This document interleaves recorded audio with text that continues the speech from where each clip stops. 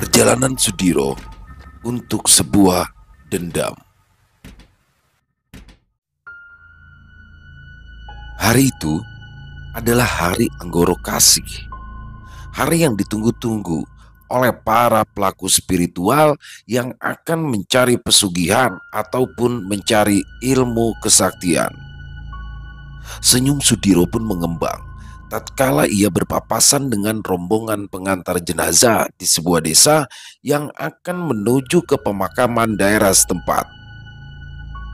Hati Sudiro pun semakin sumringah ketika ia mencium aroma harum dari sebuah bandoso yang dipikul oleh 4 orang yang berjalan beriringan di bagian tengah rombak tersebut. Sudiro yang merasa sangat yakin jika yang berada di dalam bandoso atau kurung batang tersebut adalah jenazah seorang perempuan muda pun lalu mengikuti rombongan dan memilih berjalan di barisan paling belakang. Sebuah pohon beringin besar yang terlihat berdiri gagah dan memiliki aura hitam pun terlihat dari kejauhan. Pohon dengan akar gantung yang menjuntai ke bawah tersebut seolah menjadi sebuah tanda jika pemakaman tempat itu berdiri adalah pemakaman wingit dengan aura mistis yang terasa sangat kuat.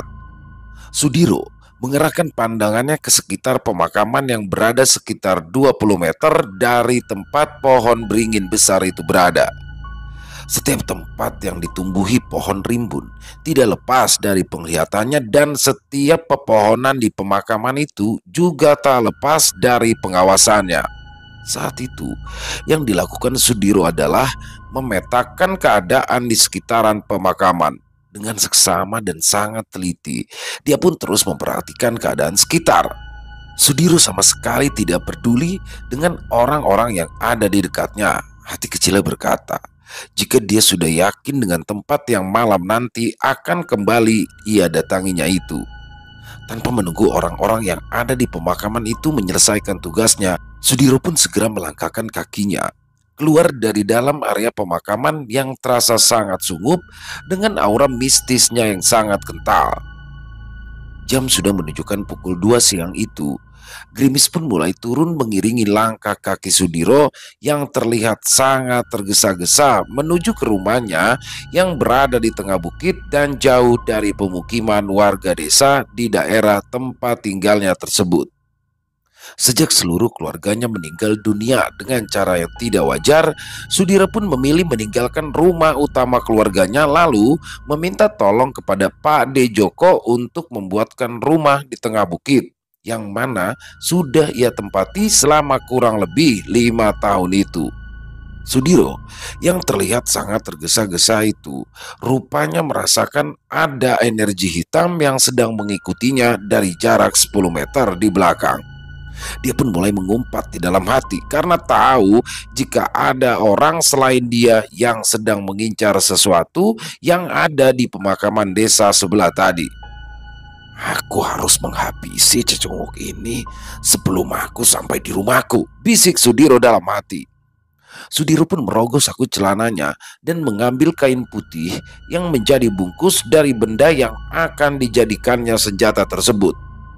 Setelah memegang benda kecil yang tajam itu, Sudiro pun langsung merapal mantra dalam hati dan setelah itu ia segera melemparkan beberapa jarum berkarat yang sudah biasa menjadi senjata rahasianya.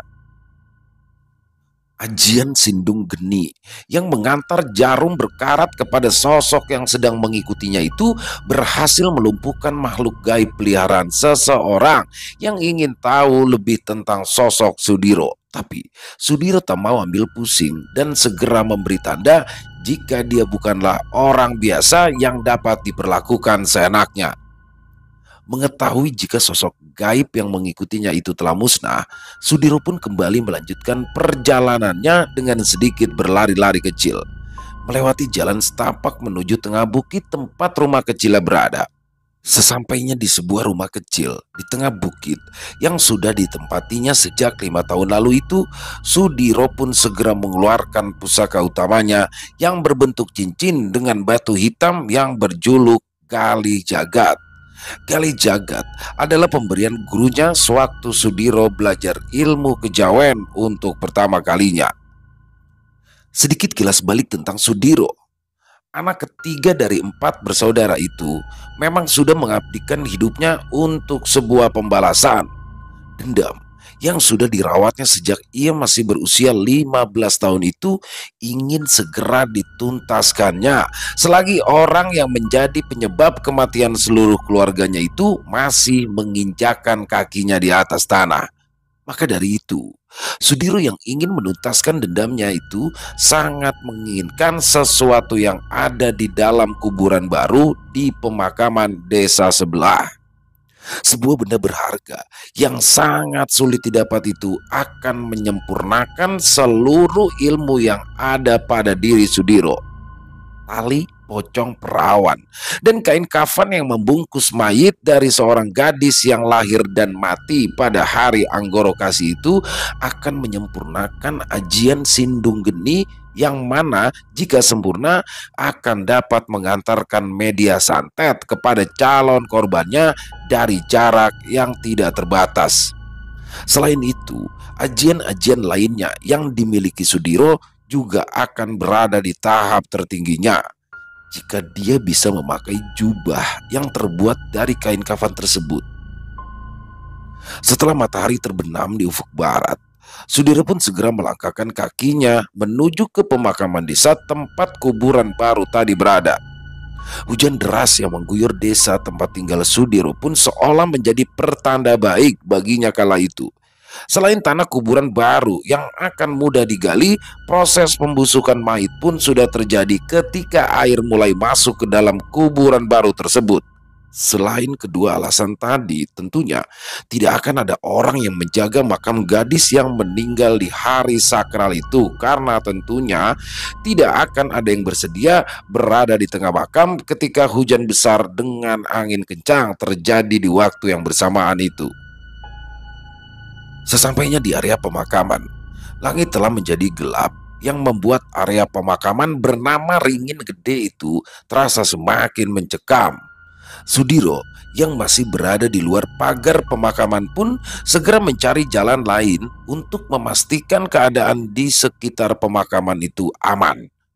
Sesampainya Sudiro di semak belukar yang berada di samping rumpun bambu besar pemakaman itu, Sudiro pun langsung mengawasi kuburan baru yang menjadi target utamanya malam itu. Tapi baru saja Sudiro duduk dan mengawasi keadaan di sekitar, Sudiro pun dikejutkan oleh sesuatu yang wujudnya terlihat seperti asap hitam melesat ke arahnya dari sebelah samping kiri dan langsung mencekik lehernya dengan sangat kuat.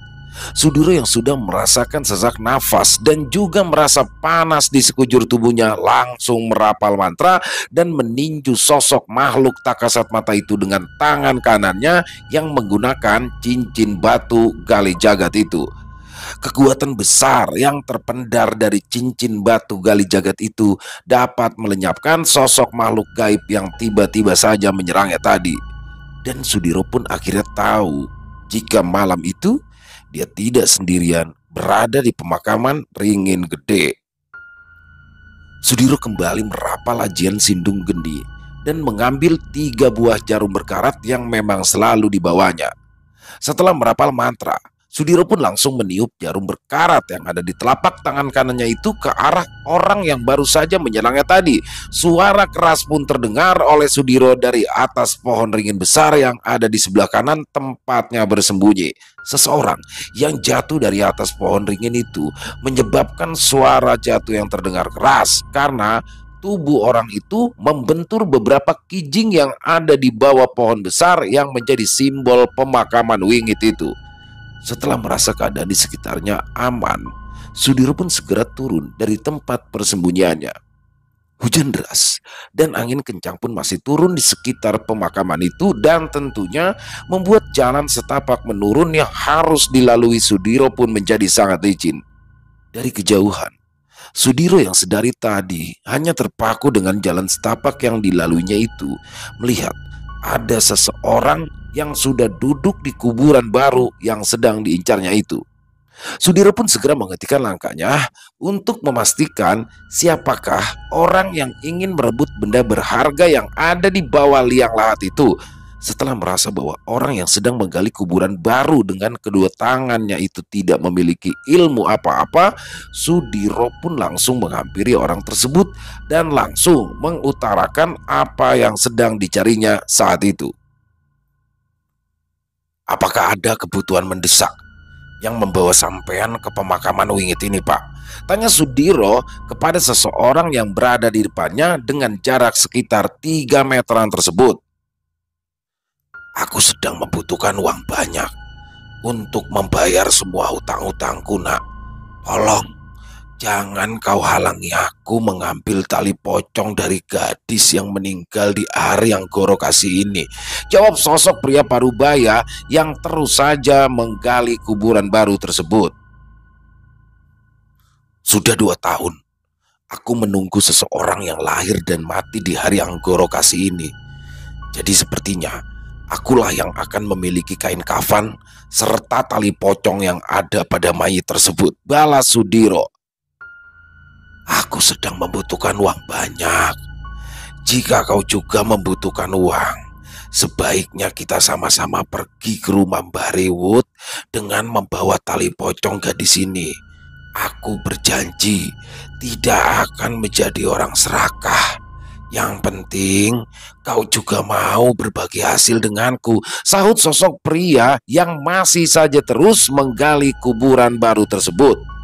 Karena tidak mendengar jawaban dari seseorang yang ada di belakangnya, sosok pria parubaya itu pun langsung menghentikan apa yang sedang dikerjakannya. Dan ketika sosok pria parubaya itu memalingkan wajahnya ke arah belakang, tubuhnya gemetar ketika ia melihat sosok makhluk berbulu hitam dan bertaring panjang dengan lidah yang menjulur ke bawah menatap tajam ke arahnya. Entah apa yang ada dalam pikiran orang tersebut, tiba-tiba saja dia berdiri dan perlahan bergerak mundur menjauhi kuburan baru yang sudah digalinya tersebut.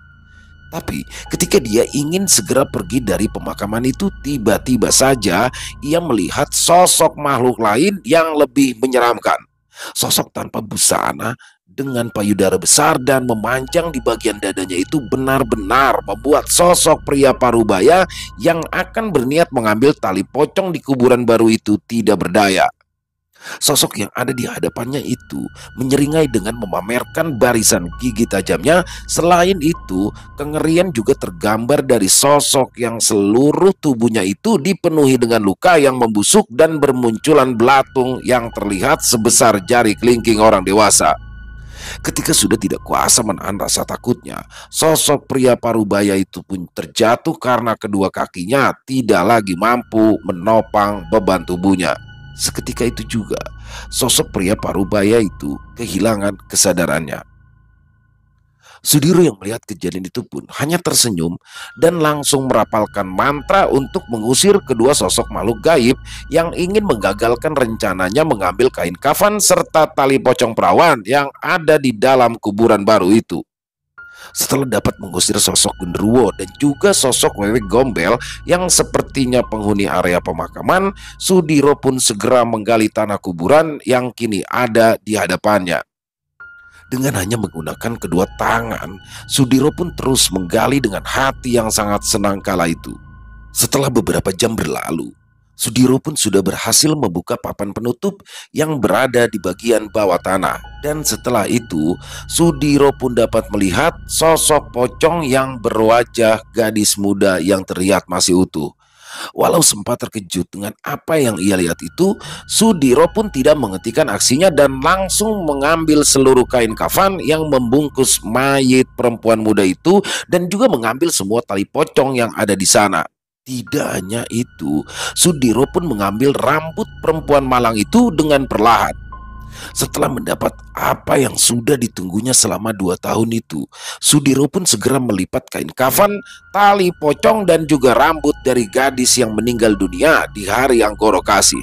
Tidak lupa juga, Sudiro di sini kembali menutup lubang kuburan baru itu dan berusaha untuk membuatnya kembali rapi seperti sedia kala. Setelah itu, Sudiro yang ingin segera pergi dari area pemakaman lalu menghampiri sosok lelaki parubaya yang masih tergeletak lemah karena ketakutan atas penampakan sosok Gundurwo dan juga Wewe Gombel tadi.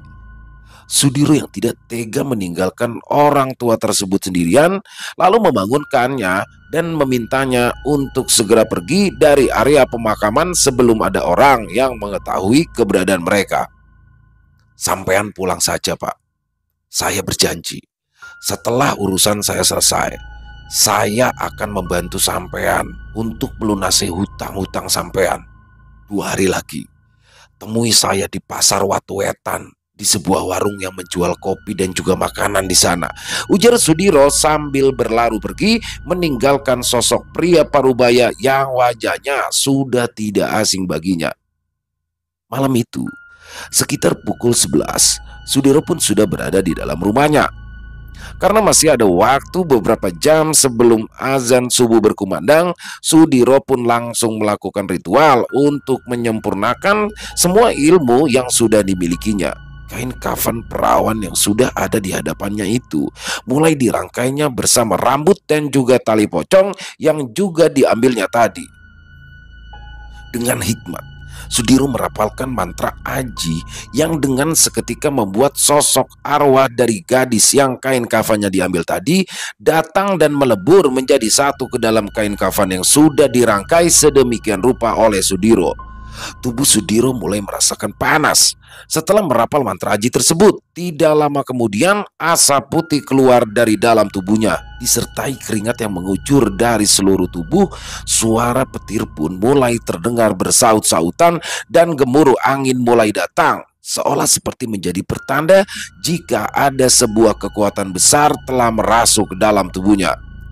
Beberapa saat kemudian, Sudiro pun merasakan tubuhnya sangat ringan sekali.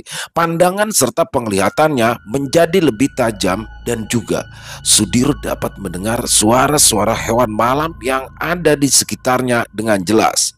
Sudiro seperti dapat memilah-milah suara mana yang ingin ia dengar dan juga Sudiro di sini dapat mendatangi langsung sebuah tempat yang sebelumnya dipikirkan atau seseorang yang ada di dalam bayangannya. Tidak mau menunggu lama, Sudiro pun segera mencoba kesaktian yang baru saja ia dapatkan. Sudiro yang masih memikirkan sosok pria parubaya yang berniat mengambil kain kafan yang kini ada di dalam tubuhnya itu segera mendatangi rumah orang yang di wajahnya ada dalam bayangannya tersebut. Seperti ilmu meraga sukma, tapi dengan cara yang berbeda dan juga sangat cepat itu, Sudiro pun tiba-tiba sudah berada di sebuah rumah kecil yang di beberapa tempatnya terdapat ember dan juga baskom untuk menadah air hujan yang turun melalui sela-sela genting yang pecah di atas rumah tersebut. Sudiro melihat sosok pria parubaya yang tadi ditemuinya di pemakaman sudah duduk terdiam di sebuah kursi kayu yang ada di ruang tamu rumahnya. Sosok pria parubaya itu bernama Leonardi. Ia terlihat diam dan seolah sedang memikirkan sesuatu yang berat. "Sudah, tidak usah dipikirkan lagi, Lek. 2 hari lagi, datanglah ke Pasar Watu Wetan. Aku akan mengusahakan uang yang kau butuhkan saat ini. Dan jika orang itu datang menagih hutangmu esok hari, katakan, jika 2 hari lagi kau akan melunasi semua hutang-hutangmu," ujar Sudiro yang mengagetkan Leonardi saat itu. Leonardi yang merasa ketakutan pun hanya diam terpaku sambil mencari sosok yang tadi berbicara kepadanya. Setelah memastikan bahwa tidak terjadi apa-apa dengan Leonardi, Sudiro pun langsung kembali pulang ke tubuhnya dan hanya dalam hitungan detik, Sudiro pun kembali tersadar dan langsung menyelesaikan penutup dari ritual yang sedang dilakukannya itu. Setelah hari berganti dan malam kembali datang menyapa, Sudiro sudah duduk di ruangan tempatnya biasa melakukan ritual. Hari itu, tepatnya malam Kamis Legi, Sudiro bertekad menuntaskan dendamnya kepada Dukun Sakti yang telah membunuh seluruh keluarganya. Dukun Sakti yang diminta oleh seseorang untuk membunuh keluarga Sudiro yang saat itu ayah dari Sudiro menjadi saingan dari orang tersebut dalam perebutan sebuah wilayah subur yang ada di desanya. Kala itu, ayah Sudiro yang mengaku sebagai pewaris tunggal dari sebuah tanah luas yang sangat subur itu harus meregang nyawa bersama istri dan ketiga anaknya setelah memakan makanan pemberian dari saudara sepupunya. Dan beruntungnya, Sudiro tidak ikut memakan makanan yang terlihat sangat lezat itu karena Sudiro sedang berada di rumah Pak De Cipto saat itu. Dengan persiapan matang, Sudiro pun segera membayangkan sosok dukun yang memang sudah diketahuinya sejak lama. Sosok dukun tersebut pernah beberapa kali ditemui oleh Sudiro ketika Sudiro masih tinggal di rumah keluarganya, dan sejak mengetahui bahwa sosok dukun itu adalah sosok orang yang telah menghabisi keluarganya, Sudiro pun langsung mencari seorang guru yang memiliki kemampuan ilmu tinggi. Setelah beberapa kali membaca mantra aji, sukma Sudiro pun melesat dan dengan seketika sampai di sebuah rumah tua dengan dinding yang sebagiannya masih terbuat dari bilik dan papan kayu. Rumah tua yang terlihat rapuh itu bukanlah rumah tua sembarangan. Pagar gaib yang membentengi rumah tersebut ada beberapa lapis dan terdiri dari 4 elemen dasar yang menjadi kekuatannya. Air, api, angin, dan tanah adalah kekuatan yang ada di 4 penjuru rumah tersebut. Selain itu, ada juga 2 sosok makhluk gaib berwujud buto hitam yang masing-masing bersenjatakan palu gada. Karena Sudiro menginginkan pertempuran senyap dan juga tidak terdeteksi, akhirnya Sudiro menjauh terlebih dahulu dari sekitaran rumah dukun sakti tersebut. Dan setelah berada di jarak yang aman, Sudiro pun mengambil selusin jarum berkarat yang langsung ia lesatkan ke arah 2 sosok buto yang berjaga di luar pagar gaib rumah sang dukun. Tanpa dapat melakukan perlawanan, kedua buto penjaga itu langsung tumbang seketika oleh jarum berkarat yang dilesatkan menggunakan ajian Sindung Geni yang selama ini memang menjadi ajian andalan dari Sudiro. Setelah kedua buto penjaga itu lenyap, Sudiro pun segera mendatangi sumber energi dari masing-masing sudut rumah tersebut, dan dengan kekuatan yang kini dimilikinya, Sudiro pun dengan mudah dapat meredam dan menarik pusaka yang ditanam di setiap sudut rumah itu. Karena sudah tidak ada lagi yang menghalangi, Sudiro pun langsung melesat masuk ke rumah yang hanya ditempati dukun sakti itu seorang diri. Dan yang membuat Sudiro terkejut adalah ketika Sudiro melihat 3 sosok orang tua berbaju hitam sudah berdiri menunggunya di dalam rumah tersebut. Ilmu yang kau miliki belum seberapa, anak muda. Tapi pikiranmu tentang dendam yang terus kau pelihara itu menjadikanmu lebih kuat sedikit daripada ilmu yang kamu miliki, ujar sosok lelaki tua yang berdiri di bagian tengah itu. Kau pikir dengan ajian yang sering digunakan anak-anak untuk menakut-nakuti orang itu akan membuat aku mundur, Sronggot? Balas Sudiro kepada sosok lelaki tua yang memang memiliki nama Mbah Sronggot. Kau sudah menyia-nyiakan hidupmu, bocah, dan sekarang bersiaplah untuk bertemu keluargamu yang sudah lebih dulu pergi ke alam baka, sahut Mbah Sronggot yang seketika wajahnya terlihat memerah. Seketika itu, pertempuran gaib antara Sudiro dengan sosok Mbah Sronggot pun pecah, jual beli serangan pun semakin sengit, dan masing-masing masih mencari kelemahan lawan mereka.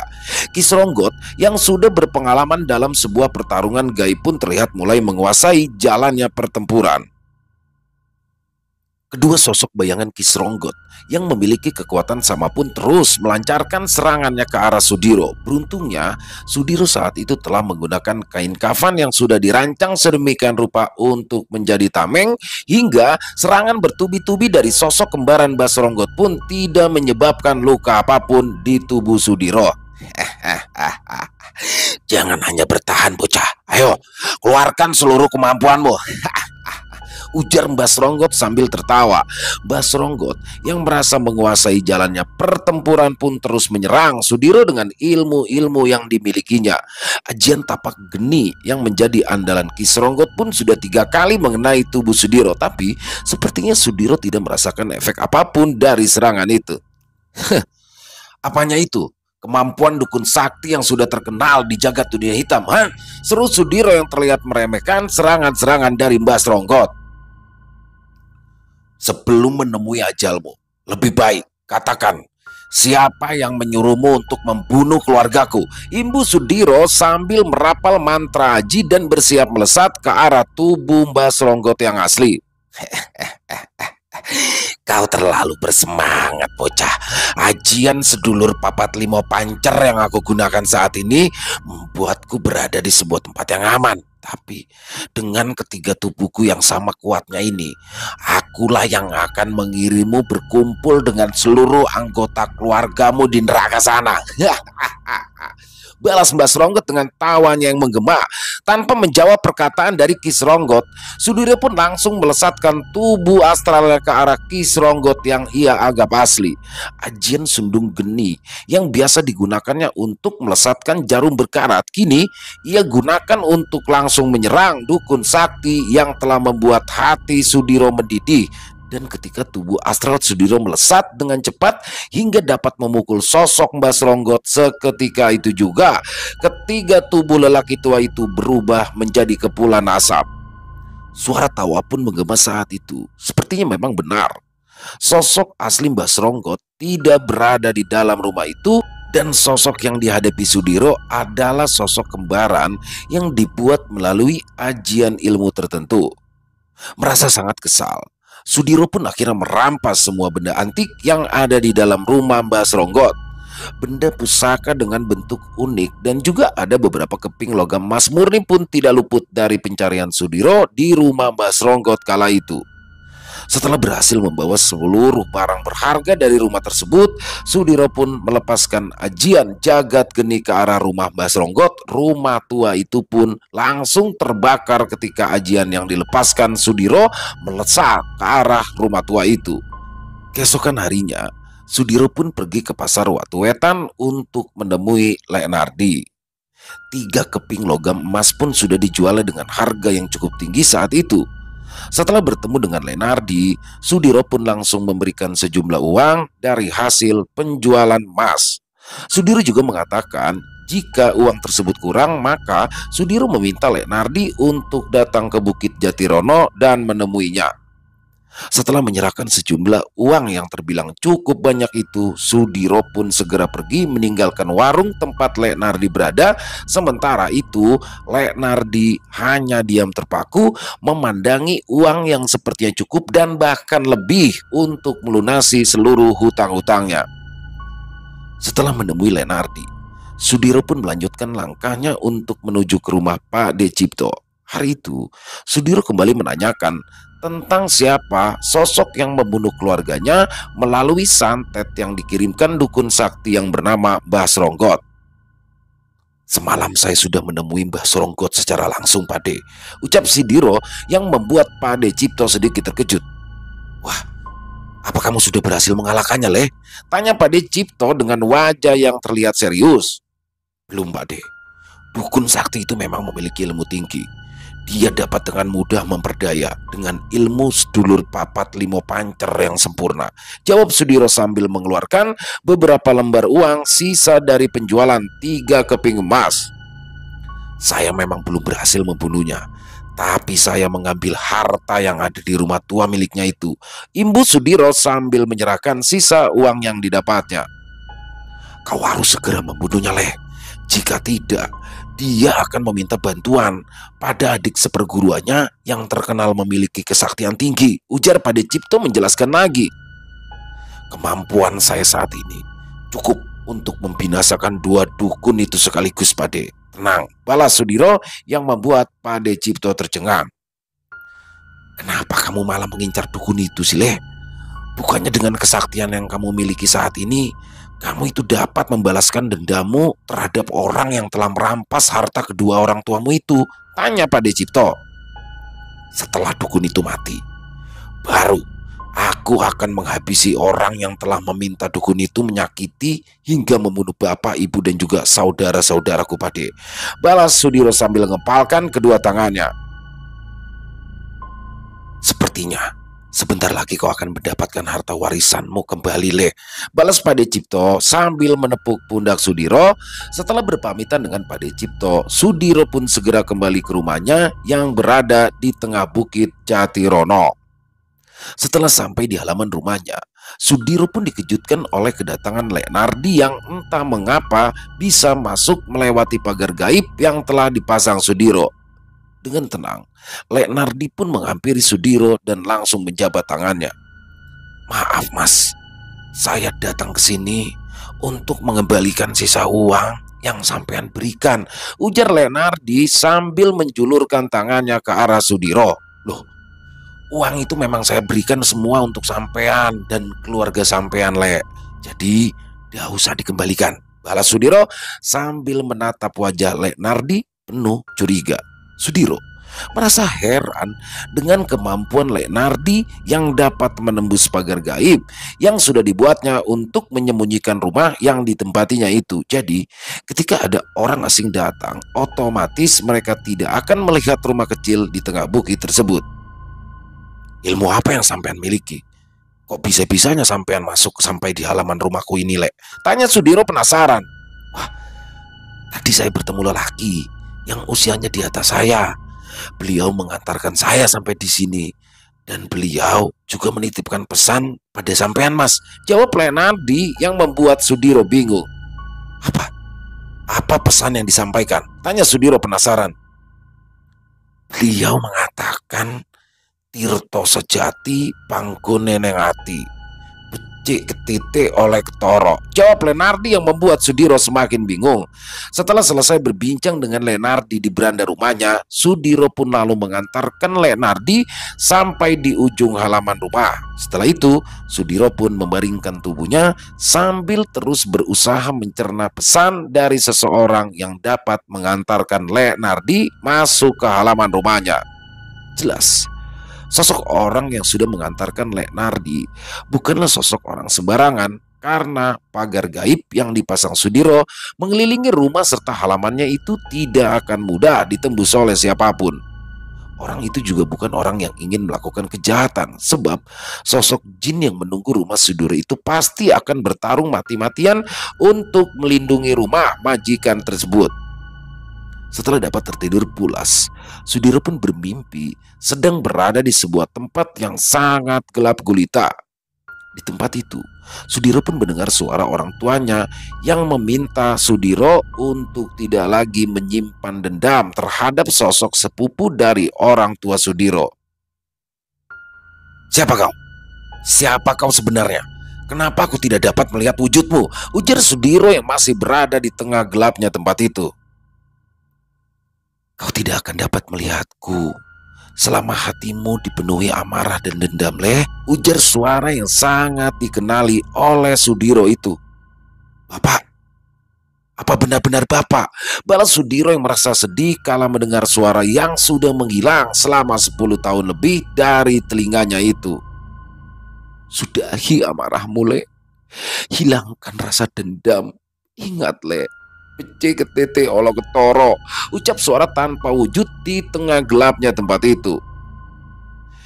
"Yang membuat aku mati bukanlah pamanmu, tapi memang sudah kehendak dari Sang Pencipta, Le. Sudahi dendammu itu sebelum kau menyesali apa yang kau lakukan nantinya," imbul suara itu lagi. Ya, paman yang dimaksud oleh suara tanpa wujud itu adalah sosok sepupu dari ayah Sudiro yang bernama Lek Pujo. Beliau memang awalnya tidak mau mengelola tanah luas nan subur yang memang menjadi warisan dari ayah Sudiro yang bernama Pak Besar itu. Perselisihan keluarga yang terjadi saat itu memang belum sepenuhnya dipahami oleh Sudiro. Yang diketahuinya adalah Pak De Ciptola orang yang menyelamatkannya ketika musibah yang merenggut nyawa dari seluruh keluarga Sudiro datang hari itu.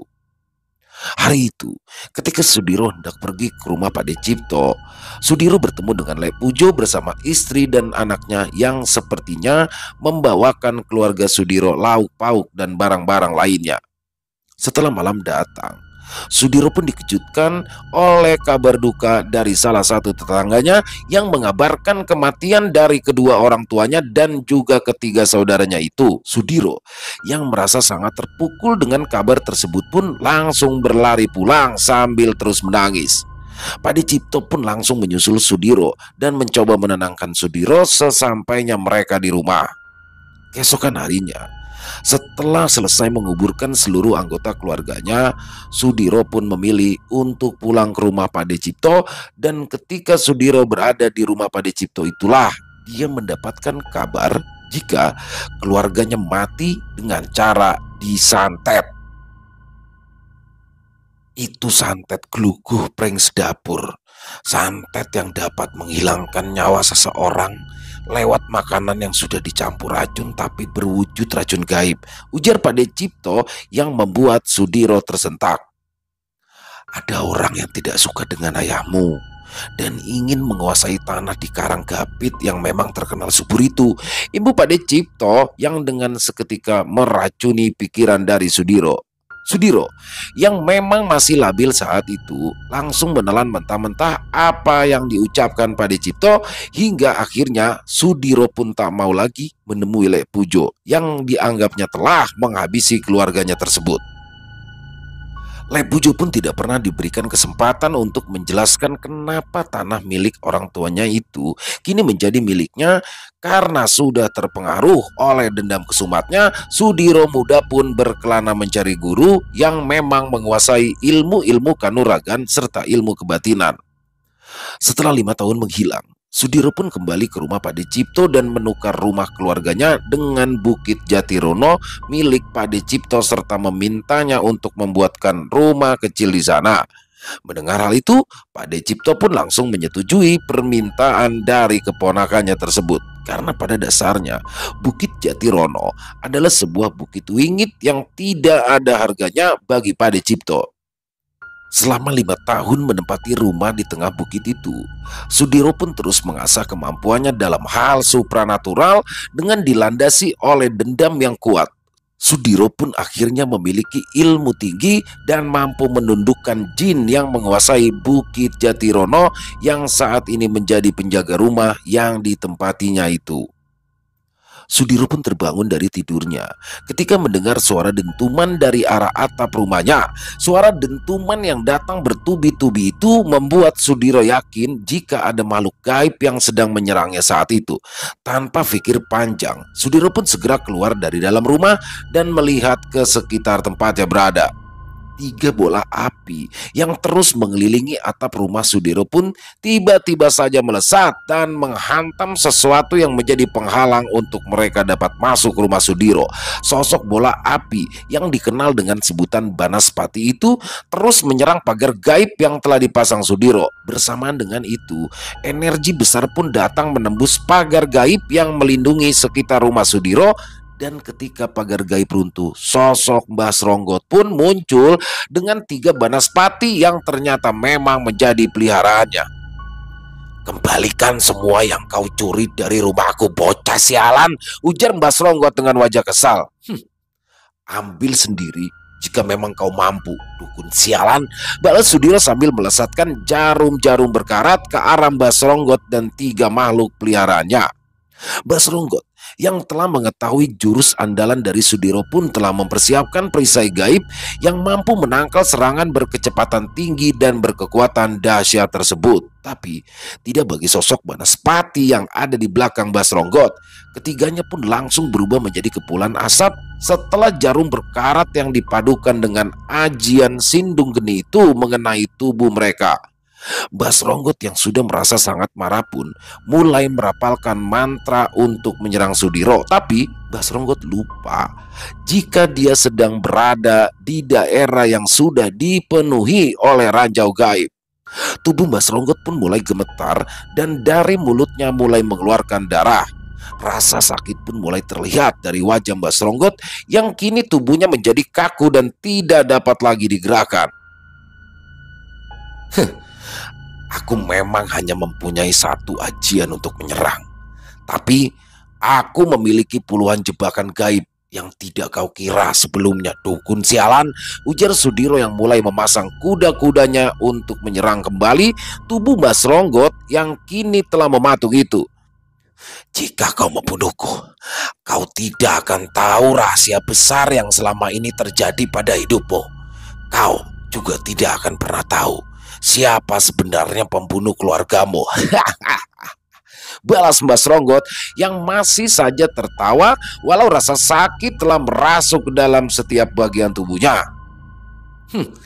Kau tidak akan aku buat mati dengan mudah, Mbah. Kau akan berdiri di situ, merasakan sakit yang sama selama 40 hari. Kau terlalu meremehkan seseorang, yang mana kesombonganmu itu akan membunuh dirimu sendiri, ujar Sudiro.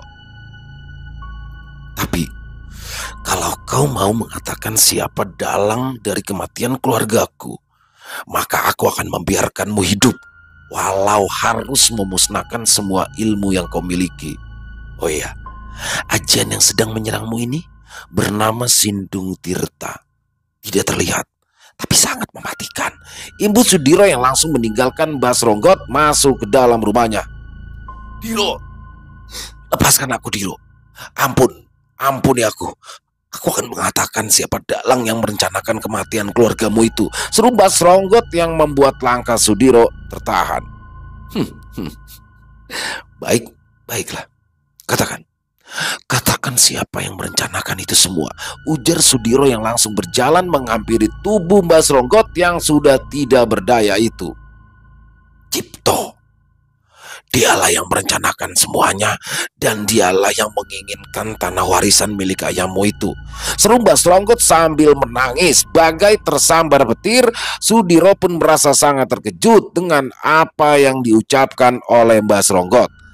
Tanpa berkata-kata lagi, Sudiro pun melepaskan ajian Sindung Tirta yang mengunci aliran darah serta gerak tubuh dari Mbah Sronggot. Dan setelah itu, Sudiro pun langsung mengajak Mbah Sronggot menemui Pade Cipto untuk mengatakan apa yang sebenarnya terjadi dengan keluarga mereka. Kau tidak perlu membawaku ke rumah Cipto, karena aku telah menghabisi nyawanya sebelum aku menemuimu, ujar Mbah Sronggot yang membuat Sudiro tidak dapat menahan amarahnya.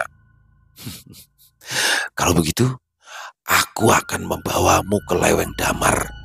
Sepertinya di sana adalah tempat terbaik bagimu menghabiskan sisa hidupmu, balas Sudiro yang langsung membawa tubuh lemah Mbah Sronggot ke tempat yang dimaksud. Tubuh lemah Mbah Sronggot diletakkan di tepian jurang dengan bebatuan tajam di bawahnya. Setelah selesai merapal mantra, Sudiro pun meninggalkan tubuh Mbah Sronggot yang kembali merasa kesakitan. Dalam 40 hari ke depan, kau akan mati dengan rasa sakit yang sama setiap harinya.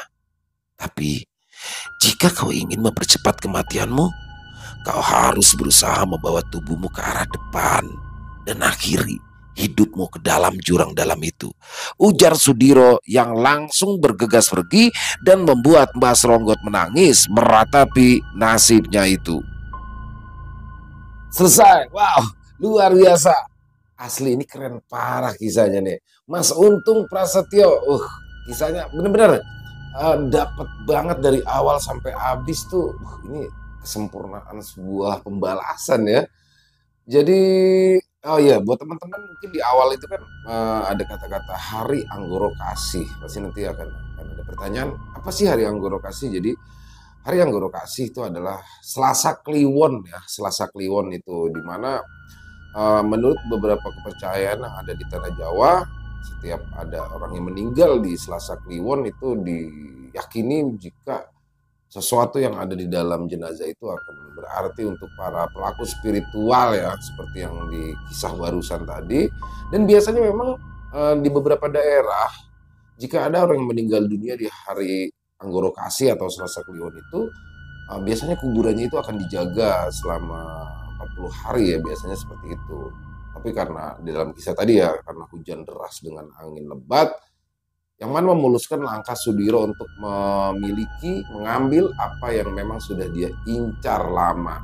Sebenarnya ada kata-kata yang bagus itu yang disampaikan melalui mimpi itu sebenarnya, bahwa lupakanlah dendam itu dan berdamailah, bahwa apa yang terjadi, kematian dari keluarga Sudiro, dari orang tua, kedua orang tuanya dan saudara-saudaranya, ketiga saudaranya itu memang sudah menjadi ketetapan. Jadi tapi memang sulit sih.